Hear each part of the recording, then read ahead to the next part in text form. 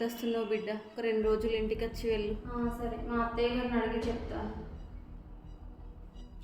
అత్తయ్య గారు, మీతో ఒక విషయం చెప్పాలి. చెప్పు, ఏంది? ఒక 2 రోజులు నేను మా పుట్టింటికి వెళ్ళొస్తా. అమ్మకి చాలా గుర్తొస్తున్నా అంట.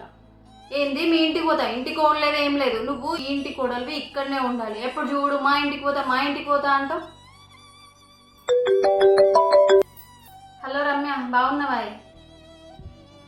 హలో రమ్య, చెప్పు. వదిన, 2 రోజులు పిల్లల్ని తీసుకొని ఇంటికి వద్దాం అనుకుంటున్నా. ఏం అవసరం లేదు, నువ్వు ఆ ఇంటి కోడలివి, అక్కడే ఉండాలి. కూతురు పుట్టింటికి వస్తే చూడడానికి బాగుండదు. అయినా నువ్వు మొన్నే కదా వచ్చేళ్ళావు, మళ్ళీ రావడం ఎందుకు? అక్కడే ఉండు. ఏం మాట్లాడుతున్నావే నువ్వు? నా బిడ్డని ఇక్కడికి రాకంటున్నావు. ఇందాక మీరే చెప్పారుగా, కోడలు పుట్టింటికి వెళ్తే బాగుండదు అని. కూతురు పుట్టింటికి రావచ్చు కానీ కోడలు పుట్టింటికి వెళ్ళకూడదు. ఇది ఎక్కడి న్యాయం?